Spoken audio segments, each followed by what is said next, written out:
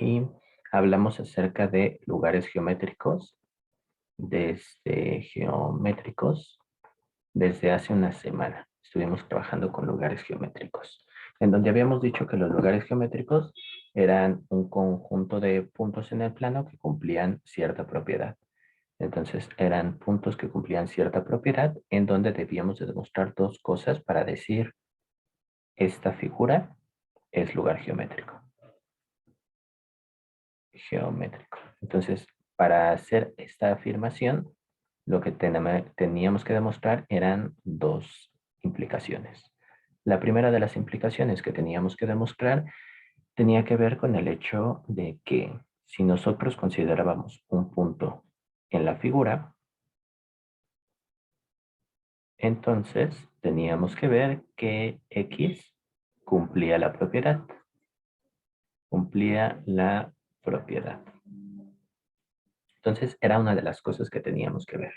Mientras que la segunda, la implicación, digamos, de regreso, pues es el inverso, en donde si nosotros por ahí tenemos algún punto en el plano, en R2, pero que está cumpliendo la propiedad, entonces si X en R2, un punto cualquiera en R2 cumple la propiedad,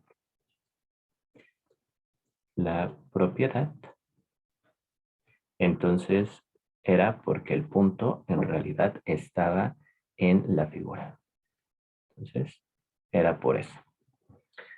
Así que eran nuestras dos implicaciones. Vimos algunos lugares geométricos. El lugar geométrico que vimos fueron el de todos los puntos que equidistan a dos puntos dados. Entonces, lugares geométricos que vimos. Ejemplo 1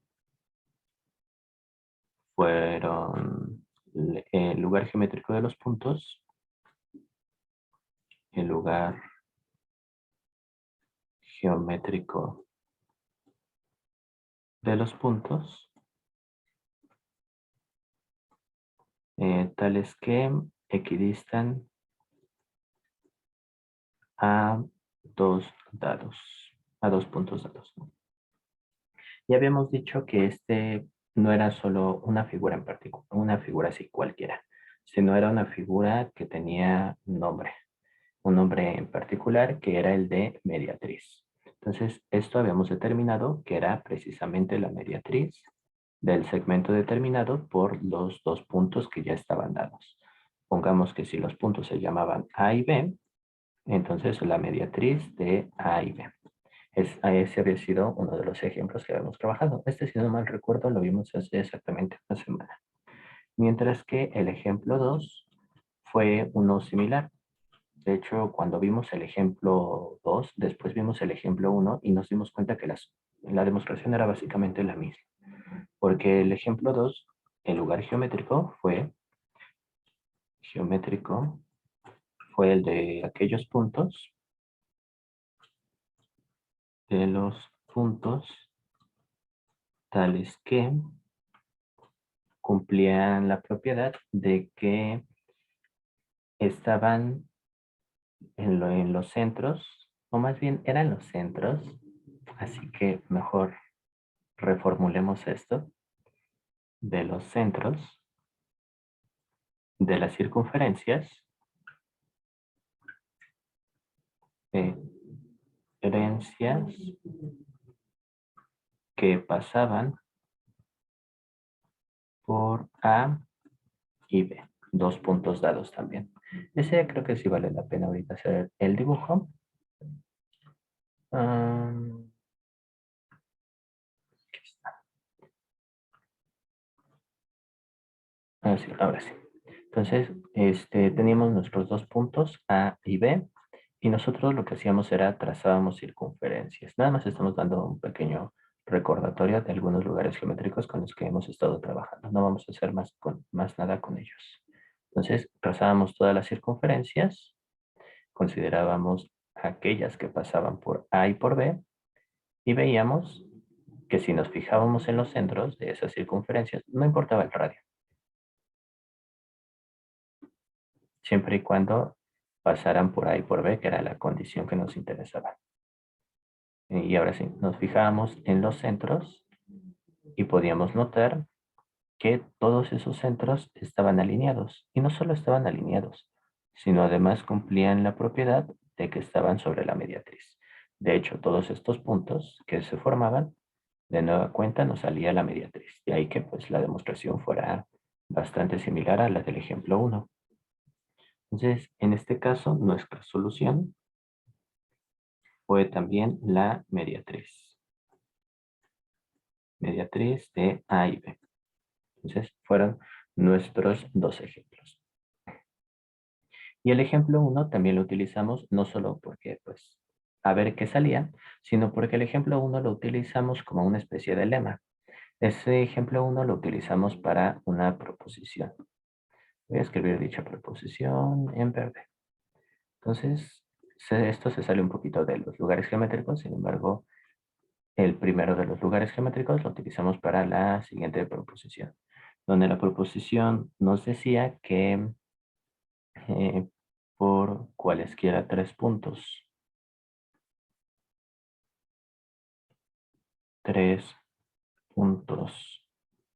no colineales, pasa una única circunferencia.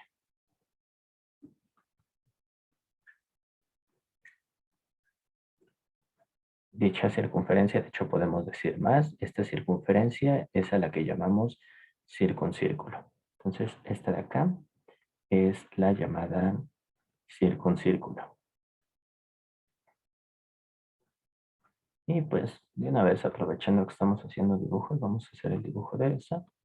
Teníamos, eh, teníamos 3 puntos. En realidad, el hecho de que tuviéramos 3 puntos era porque básicamente íbamos a considerar un triángulo que tuviera esos vértices A, B y C. Y la circunferencia que pasa, que es la que estoy dibujando aquí, es lo que íbamos a llamar el circuncírculo, en donde tenía la propiedad, y de hecho eso fue lo que nos ayudó a demostrarlo, tenía la propiedad de que su centro era el circuncentro, donde este de acá era el circuncentro. Si recordábamos, el circuncentro era la intersección de las mediatrices. Nosotros sabíamos que estas mediatrices se intersecaban, cosa que lo demostramos en nuestra tarea. Entonces, existe este punto y bueno, nos ayudábamos para demostrar esta proposición, ¿no? Entonces, por eso es que ocupamos este ejemplo 1, porque ocupábamos la idea de este lugar geométrico para demostrar esta proposición. Entonces, ahora sí, ya vistos todos estos previos, lo que íbamos a hacer el día, más bien lo que vamos a hacer el día de hoy, va a ser ver un tercer ejemplo de un lugar geométrico. En este caso, nuestro tercer ejemplo de lugar geométrico van a ser todos los puntos del lugar geométrico de todos los puntos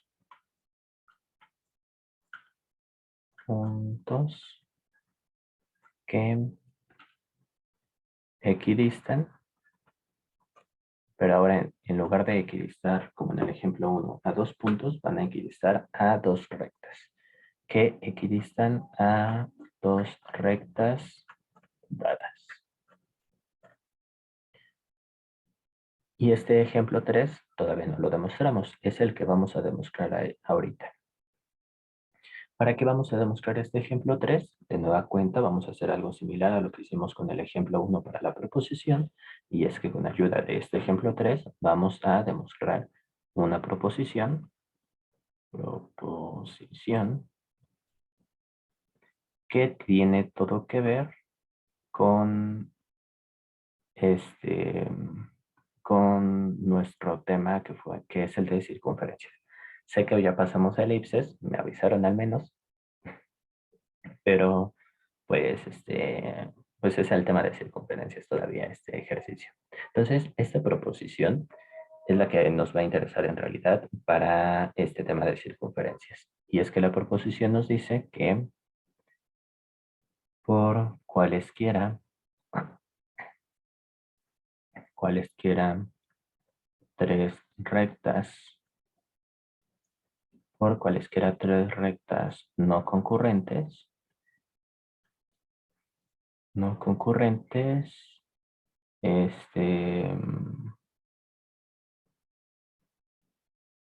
Pasa una circunferencia, es más, una única circunferencia tangente a las tres. Y si nos fijamos, estoy como que copiando esta proposición. Y es que esta proposición en realidad es la proposición dual de la que ya tenía anteriormente. ¿Qué significa que sea dual? Que sea dual, así nada más como comentario extra, es que lo que vamos a hacer es que si antes teníamos puntos, vamos a cambiar esa noción de puntos por rectas. Si antes teníamos una, una recta que pasaba por un punto, ahora vamos a tener un punto que pasa por una recta. Si antes teníamos tres rectas que eran concurrentes, ahora lo que vamos a tener es la condición como para puntos, es decir, tres puntos que son colineales. Entonces, esta es la idea de dualidad, así a grandes rasgos, que manejamos en geometría. Cambiar puntos por rectas, rectas por puntos, intersección de dos rectas por colinealidad de dos puntos, ¿no? Entonces, esa es la idea esencial de la dualidad. Por eso es que se parecen tanto estas proposiciones y de hecho, si ya demostramos esta proposición utilizando este ejemplo 1 del lugar geométrico, uno esperaría que también pudiéramos demostrar esta proposición con el ejemplo 3, que si nos damos cuenta también son nociones duales. Nos habla de puntos que equidistan a dos puntos, nos habla de puntos que equidistan a dos rectas. Sí, sé que dije que íbamos a cambiar puntos y rectas y no cambié el lugar geométrico de los puntos, el lugar geométrico de los puntos, pero eso es lo de menos. Ahorita nada más como estas ideas, quedémonos con estas ideas de que son ejercicios muy parecidos, uno para puntos, el otro para rectas. Por lo tanto, uno debería de esperar que se pudiera demostrar de una forma similar. Y eso es lo que vamos a hacer el día de hoy. Y ahora sí ya, después de todos estos previos, vamos a demostrar este ejemplo 3 para poder demostrar esta proposición.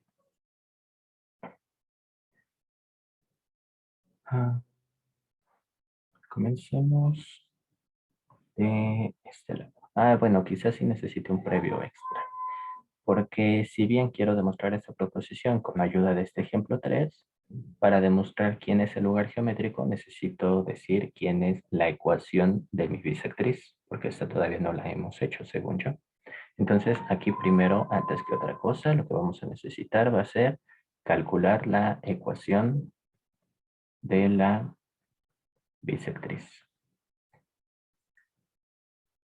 Entonces, ahora sí, calculemos la ecuación de la bisectriz. Eso va a ser nuestro primer paso. Así que, olvidémonos, bueno, no nos olvidemos de todos los previos, pero ya dejemos a un lado todos los previos y así ya comencemos propiamente con la clase del día.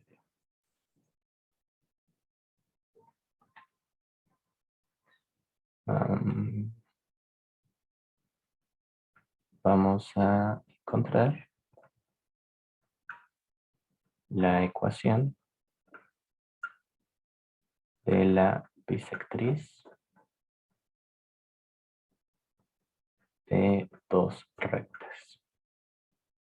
Así que vamos a iniciar con dos rectas. La primera que voy a llamar L1 y la segunda que voy a llamar L2.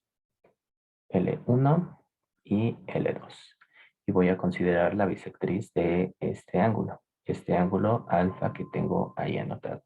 Vamos a anotarlo de un color más claro para que no estorbe mucho. Entonces vamos a calcular la ecuación de la bisectriz de ese ángulo o de esas dos rectas.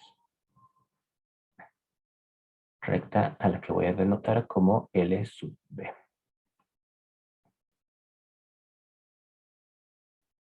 Ahí está, esa ya parece más bisectriz. Entonces vamos a calcular esta ecuación. Para esto me voy a ayudar de las rectas normales, perdón, de la ecuación normal de las rectas y voy a generarle la ecuación normal de la bisectriz. Lo que necesito para la ecuación de la recta L1 y L2 son vectores normales, es decir, vectores ortogonales. Así que vamos a considerar N1 y N2 vectores ortogonales. Y de una vez vamos a considerarles o vamos a pedirles una condición extra, que sean vectores ortogonales y unitarios. A las rectas L1 y L2 respectivamente. Por lo tanto, supongamos que este ya lo habíamos nombrado como A. Por lo tanto, la ecuación de la recta 1 va a estar dada por N1X igual a N1 producto punto A. Y la ecuación de la recta 2 va a estar dada por N2 producto punto X, N2 producto punto A. Y ahí ya tenemos las ecuaciones normales de mi recta L1 y L2.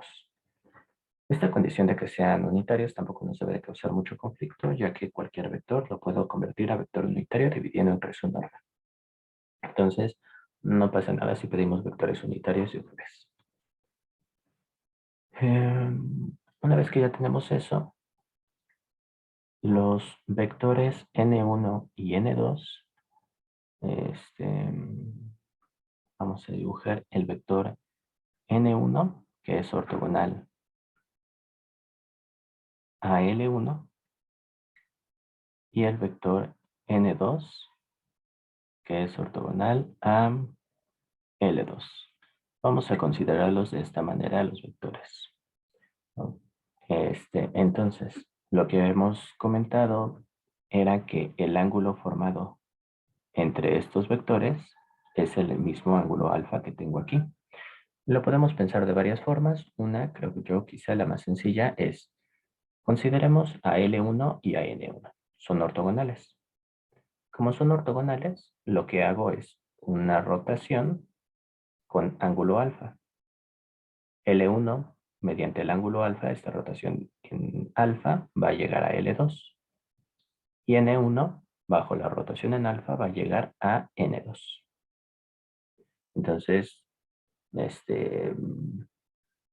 pues nosotros vamos a tener que el ángulo entre estos vectores N1 y N2 es precisamente el de alfa. También lo podemos hacer fijándonos en este ángulo que tenemos acá y le llamamos beta y nos podemos ayudar de ese, ya que alfa más beta es de 90 grados y beta más este ángulo es de 90 grados, por lo tanto debe de ser alfa.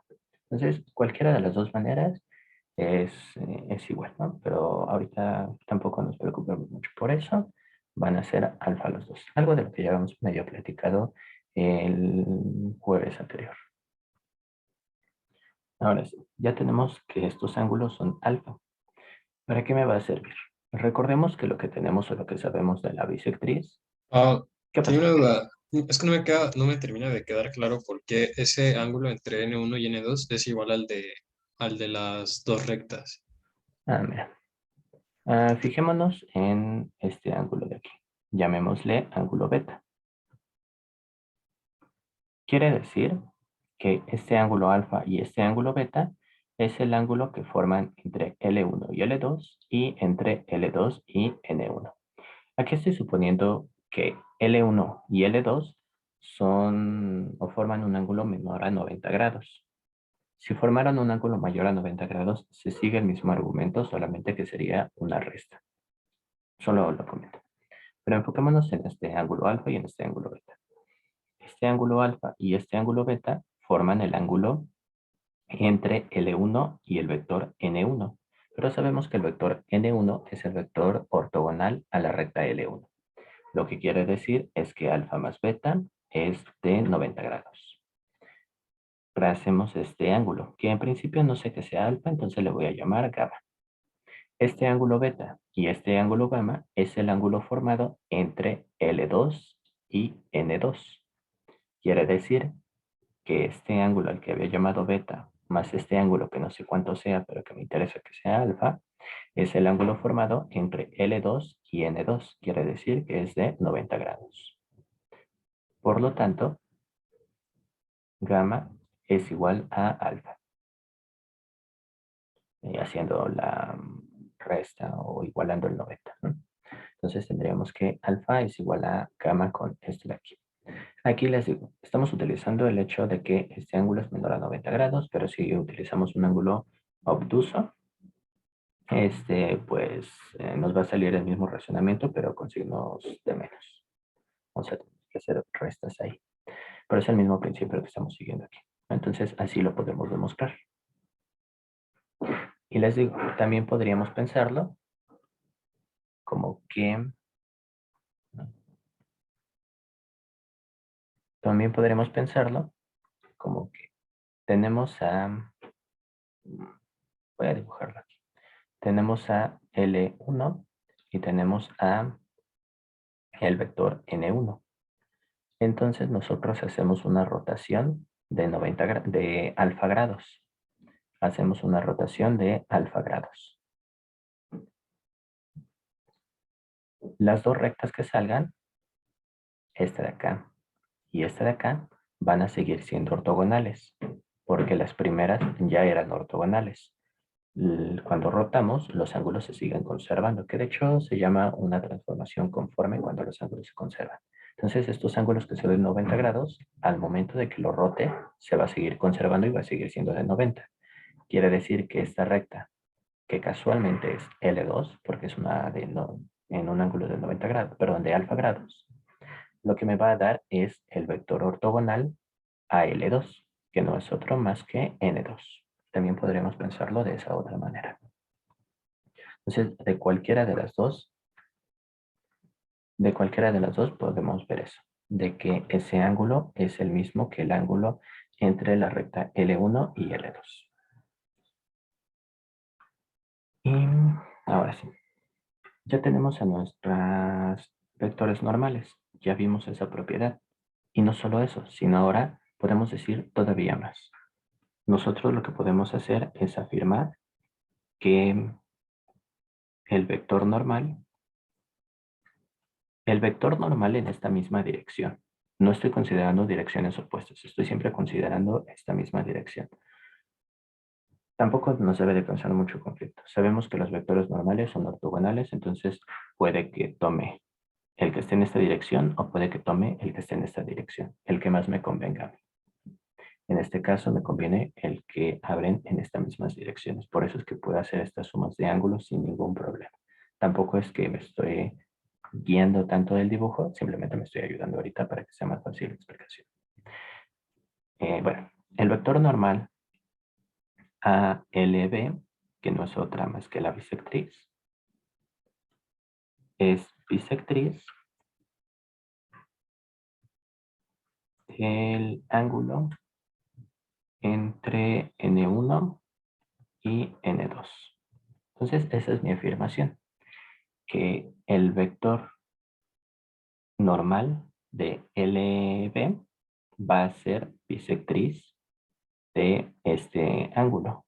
Y de hecho, quizá el otro me convenga más. Decir que si este es bisectriz, entonces forma un ángulo de 90 grados. Pero de nuevo, es indistinto aquí. Lo que vamos a hacer es, si ya nos sirvió el rotar alfa, si ya nos sirvió la cuenta para alfa, ¿por qué no nos serviría una cuenta si ahora cambiamos alfa medios? Entonces, en lugar de utilizar alfa, utilizamos alfa medios.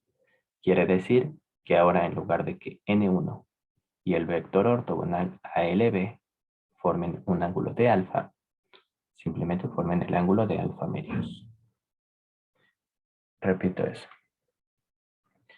Si antes nosotros ya habíamos visto que dadas dos rectas cualesquiera, el vector, el ángulo que formaban dichas rectas y el ángulo que formaban sus vectores normales era el mismo, en particular también funciona para la recta LB y L1. Entonces es aplicar lo mismo que ya habíamos hecho para L1 y L2, pero ahora para L1 y LB. Entonces esta afirmación, en lugar de dejarla así, bien podríamos dejarla como que dadas dos rectas, el ángulo formado, vamos a aprovechar la notación. Dadas dos rectas, el ángulo entre L1 y L2 es el mismo que el ángulo formado por sus vectores normales, donde N1 y N2 son los vectores normales. Donde N1 y N2 son los vectores normales de las rectas L1 y L2. Aunque aquí igual, lo mismo. Eh, Siempre los estamos considerando en el mismo sentido, entonces no nos preocupemos por casos de que si estoy tomando el vector normal que está hacia el otro lado. Siempre los consideramos en el mismo sentido. Entonces, ahí le pongo ese asterisco precisamente por eso. Pero ahora, si esta afirmación se vale para estas dos rectas cualesquiera, pues también se va a valer en particular para la recta L1 y LB. Por lo tanto, el ángulo formado entre L1 y LB es igual al ángulo formado por sus vectores normales. Por el vector normal N1 y el vector normal que todavía no digo nombres, pero voy a denotar como NB. Con NB, el vector normal de la bisectriz. Hasta este momento, eso es lo que estoy diciendo. Que este ángulo formado, que no es otro más que alfa medios, es el mismo que el formado entre N1 y NB, que también es alfa medios. Por lo tanto, el ángulo formado entre N1 y NB es alfa medios. Análogamente, tendríamos que alfa medios, que es el ángulo formado entre LB y L2, pues es otro más que el ángulo formado por los vectores normales, NB y N2. Esto lo que me da es que la normal de la bisectriz es bisectriz de las normales de las rectas. La normal de la bisectriz de LB es bisectriz de estos dos vectores N1 y N2. Por lo tanto, el vector normal de LB es bisectriz. Y entiéndase por bisectriz como la recta en la misma dirección que este vector normal. El vector normal de LB es bisectriz de N1 y N2. De nueva cuenta, entiéndase como las rectas que tienen estas direcciones. ¿Esto de qué me va a ayudar? Bastante. De hecho, si yo tengo aquí a N1 y yo aquí tengo a N2, y yo aquí tengo a N2, quiere decir que si yo trazo la bisectriz, donde este ángulo sea igual a este ángulo, en automático esa bisectriz va a ser normal de LB. Entonces lo único que yo aquí necesito es encontrar una bisectriz de este ángulo. Si encuentro esa bisectriz, ya sé quién es la recta normal. Ya sé quién puede ser un vector normal a la bisectriz. ¿Qué es lo que yo quiero aquí? ¿No? Quiero encontrar la ecuación de la bisectriz. Quiere decir que si yo encuentro un vector normal a la bisectriz, este de acá, si yo encuentro dicho vector, lo puedo expresar de alguna manera, yo con eso ya puedo encontrar lo que sería la ecuación de la bisectriz. Entonces, aquí lo único que necesitamos es encontrar un vector bisectriz a este N1 y N2. Entonces, ahora lo que buscamos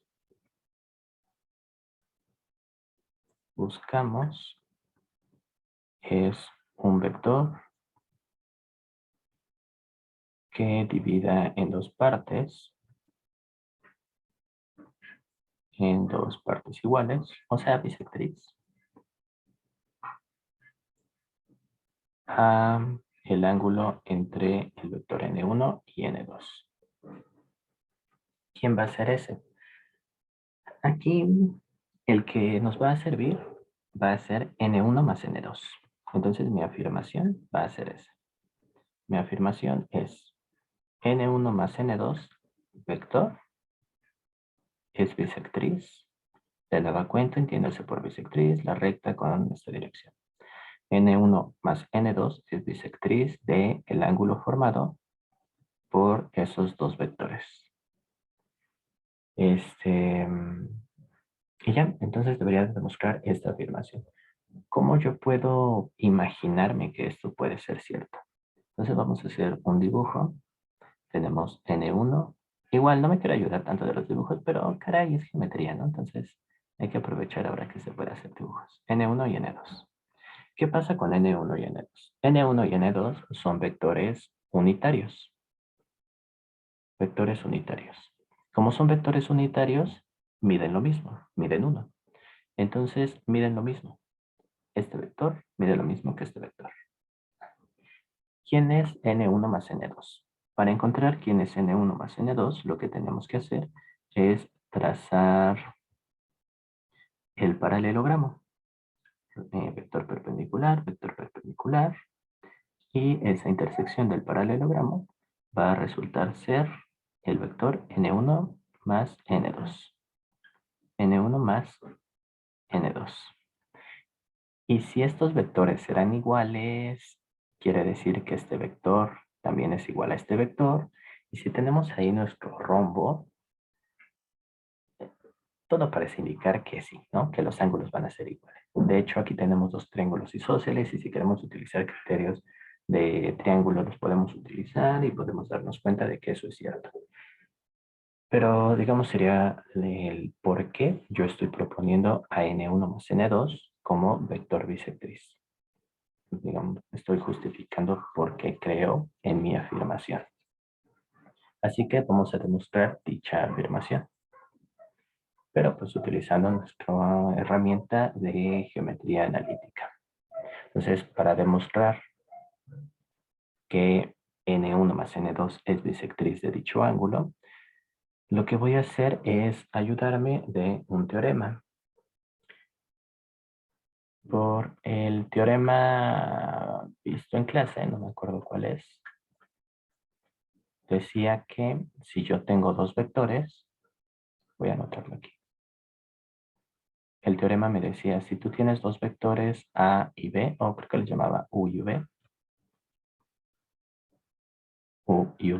y tú les haces el producto punto, esto es lo mismo que hacer el producto punto de sus normas, hacer la multiplicación de sus normas y multiplicarlo por el coseno del ángulo entre los dos vectores. Entonces voy a ayudarme de este teorema. Por este teorema, lo que voy a hacer es aplicárselo a n1 y a n1 más n2, ver cuánto mide ese ángulo. Y después se lo voy a aplicar a n1 más n2 y a n2 y ver cuánto mide este ángulo y llegar a que son ángulos iguales y por lo tanto es bisectriz y por lo tanto va a ser el vector normal y por lo tanto yo voy a poder encontrar la ecuación de la bisectriz. Por el teorema visto en clase, aplicado a n1 y a n1 más n2, yo lo que tengo es n1 producto punto, n1 más n2 igual a la norma de n1 por la norma de n1 más n2 por el coseno del ángulo al que voy a denotar como alfa 1, donde alfa 1 es más, ahorita escribo eso. Y ahora le aplico el teorema a n1 más n2 y a n2. n1 más n2, producto punto n2. Esto es lo mismo que n1 más n2 norma por la norma de n2 por el coseno de alfa 2. Ahora sí. donde alfa 1 es el ángulo formado entre estos dos vectores, que sería n1 y n1 más n2, y donde alfa 2 es el ángulo formado por los vectores n1 más n2 y n2. Así que lo que yo quiero demostrar para demostrar esta afirmación es que alfa 1 es igual a alfa 2. Eso es lo que yo quiero demostrar. Para demostrar que n1 más n2 es bisectriz, es decir, el ángulo que forma con n1 y el ángulo que forma con n2 son iguales. Quiero demostrar eso. Tengo la parte de arriba, ¿no? Entonces, de 1, lo que se obtiene es que n1 producto punto n1 más n1 producto punto n2 es igual a la norma de n1. La norma de n1, según yo recuerdo, era 1, porque era un vector unitario. Entonces, ese es 1. Y la norma de n1 más n2 me tiene ahorita sin mucho cuidado. Por el coseno de alfa 1. De nueva cuenta, aquí yo tengo la norma de tengo n1 por n1, que yo sé que eso me va a dar de resultado 1. Entonces yo tengo que 1 más n1, producto punto n2, es lo mismo que coseno de alfa 1, todo eso entre la norma de n1 más n2. Ahora, del inciso número 2, este de acá, yo lo que obtengo es que n1 producto punto n2 más n2 producto punto n2, que ya se está viendo que aquí sale un 1, es igual a n1 más n2. De nueva cuenta, esto es 1, coseno de alfa 2. Este lo paso para abajo, este se convierte en 1, entonces yo lo que obtengo es n1 producto punto n2 más 1 entre n1 más n2 norma, lo pasé del otro lado dividiendo, es igual al coseno de alfa 2. Notemos que estos son iguales. 1 más este producto punto más 1 entre la misma norma. Entonces, esas dos expresiones son iguales. Ahí está. Por lo tanto, yo lo que tengo es que coseno de alfa 1 es igual a coseno de alfa 2. Como coseno de alfa 1 es igual a alfa 2, a coseno de alfa 2, entonces alfa 1 es igual a alfa 2. Y aquí tampoco hay que preocuparse mucho. Y uno puede decir, pero ¿cómo? Si son cosenos y propiedades y identidades trigonométricas. Pero no, en realidad no. Y tiene que ver con los valores de alfa 1 y alfa 2. Alfa 1 y alfa 2 son a fuerzas valores que están entre 0 y 90. De hecho, podríamos decir que están entre 0 y 180. Los ángulos de alfa 1 y alfa 2. Porque recordemos, alfa 1 y alfa 2 son ángulos formados entre rectas al final de cuentas. Entonces no pueden ser mayores a 180. Y en esta gráfica del coseno, nosotros podemos darnos cuenta que en 180, entre 0 y 180, la función es inyectiva. Como la función es inyectiva, pues los valores alfa 1 y alfa 2 son iguales.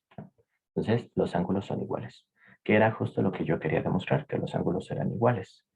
Con eso, yo lo que demuestro es que el vector n1 y n2, perdón, n1 más n2, en efecto es bisectriz de los vectores n1 y n2, y por lo dicho anteriormente, este vector es un vector normal a la bisectriz. Por lo tanto, n1 más n2 es normal o es ortogonal a la bisectriz, que la había denotado con L sub p. Y ahora sí, ya vamos a acabar, ya nada más termino de escribir esto de aquí.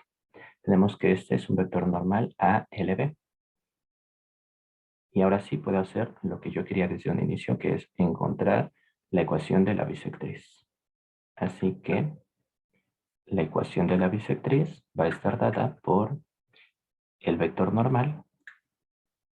Aquí no importa si es unitario, no es lo de menos, ¿no? Es un vector normal, producto punto X, que va a ser igual a N1 más N2, producto punto, un punto de la recta. ¿Qué punto es el que me va a ayudar? Pues el mismo punto A que tenía en un inicio. El punto de las intersecciones de L1 y L2. Entonces, así con esto tendría ya lo que es la ecuación de la bisectriz. Así es como la podemos encontrar.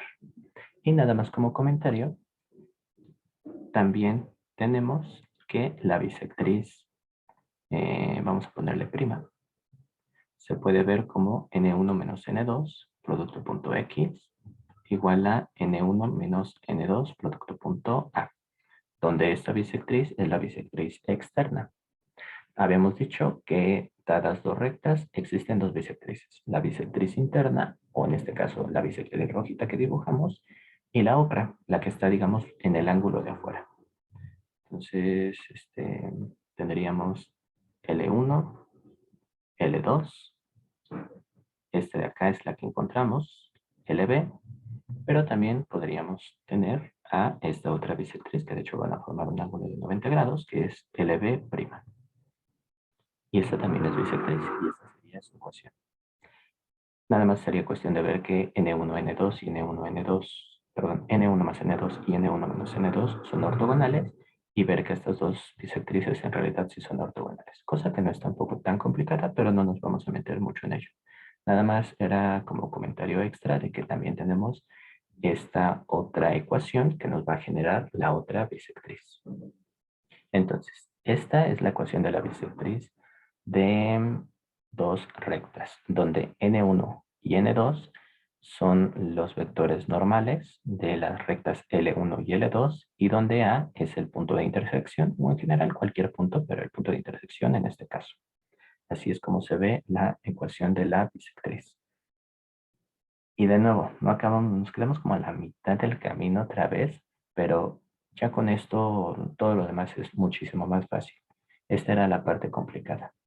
Una vez llegado a esto, lo demás sale en 5 minutos, 10 quizá. Pero digamos, esta era la parte complicada, la de encontrar la bisectriz de dos rectas. Entonces, lo dejamos hasta aquí y nos vemos. Me quedé con una duda. ¿Por qué Pues, N1 por N1 me da 1? N1 por N1. Ah, porque son vectores unitarios. Ah, sí, es cierto, ¿verdad? Ujú. Sí, sí, sí. Ahí es donde se utilizan. Ahí y en algunos otros lugares, pero ahí es donde se utiliza ese hecho de que eran unitarios. Ah, vale, gracias. No de qué.